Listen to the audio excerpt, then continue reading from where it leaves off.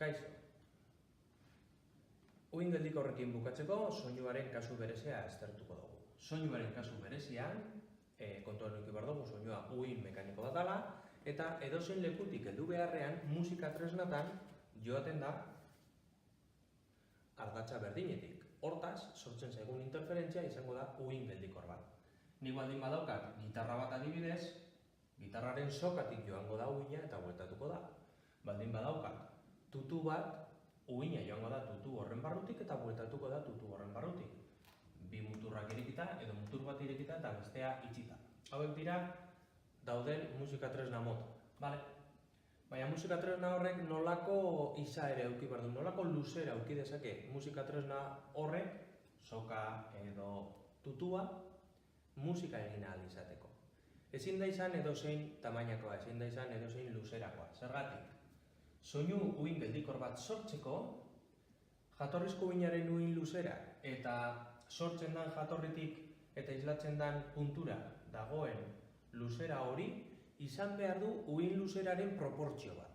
Bestela ez dio emoten itxulera horretan, islapen horretan, uhin izaera hori izan interferentzia sortzeko eta uhin geldikor bat sortzeko. Zein da proportzio hori? Instrumentoaren luzera izan behar du uhin luzeraren erdiaren proportzio bat.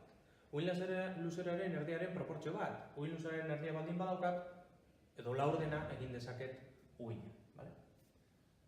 Baldin badaukat instrumentu hori, sortzen den jatorritik islapena jasaten duen muturrera arteko distantzia, uhinaren luzera erdi kopuruak zenbaki oso bat izan behar du.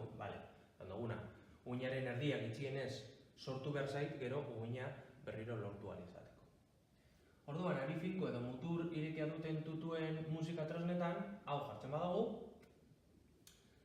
edapen abiadura badakigu badela lambda bider F, lambda izango da edapen abiadura zati frekuentzia, eta uhin luzera hemendik ateratzen badago, izango da bi aldiz luzera zati N. Hortaz, sortu ditzakegun harmonikoak, sortu ditzakegun frekuentziak, gero musika notak izango direnak, izango da proportzio bat, bi, hiru, lau zenbaki osoak, edapen abiadura zati bi aldiz egin behar duen luzera. Horrek zer ematen digu? Horrek ematen digu ari finko batean edo bi muturrak irekita duen tutu batean oinarrizko harmonikoak izatea modu honekoak. Lehenengo harmonikoa, oinarrizko harmonikoa izango da hau. Hemen ikusten dugu nodo batetik nodo batera doala, eta badaukagu justo uhin erdia, hemen eskatzen den moduan, eta hemen badaukagu ere uhin erdia. Hau bi aldeak batu egiten badugu, uhin erdia dugu. Eta izango da oinarrizko harmonikoa. Sortzen diren frekuentzia guztiak oinarrizko harmonikoaren proportzionalek izango dira. Logiko, proportzioarekin lanean ari garelako. Bigarren harmonikoa ikusten duzu hemen sartzen dugula uhin osoa. Hemen uhin osoa sartu dugu ere. Orduan, uhin luzera izango da musika tresna horrek daukan luzerakoa, eta sortzen dugun frekuentzia izango da bi aldiz oinarrizko harmoniko hori. Hirugarren harmonikoa, hau ja, matematika eginda, ateratzen ditugu harmonikoak eta sortzen diren frekuentziak. Beste kasu berezian, mutur bakarra irekita dagoenean, adibidez klarinetearen kasuan, luzera izan behar du mota honetakoa. Hau interferentziak errepasatzen badituzue, ikusiko duzue hau dela behar duguna. Hemendik ateratzen dugu, uhin luzera izan behar duela baita beste musika tresnaren luzera izango da baita uhin luzeraren proportzioa. Hortaz, uhin luzera izango da, matematika egiten dugu, hau. Eta hemen edukiko dugu, bat, bi, hiru, lau. Eta hemendik sortzen diren frekuentzia posibleak, gogoratuz, edapen abiadura, lambda bider frekuentzia dela, lambda izango dela, uhina edapen abiadura zati frekuentzia, matematika pizkatxo bat egin da, ona heltzen gara. Orduan, sortzen zaigun lehenengo aukera izango da oinarrizko harmonikoa.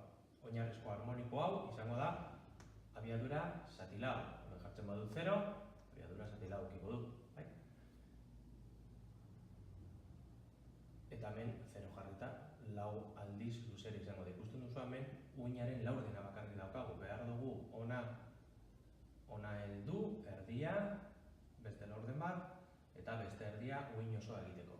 Eta gero, jarraitzen badugu matematika pizkatxo bat egiten, sortzen den bigarren harmonikoa izango da 3 aldiz oinarrizkoa, bigarrena 5 aldiz oinarrizkoa, eta luzera izango da hor agertzen zaiguna.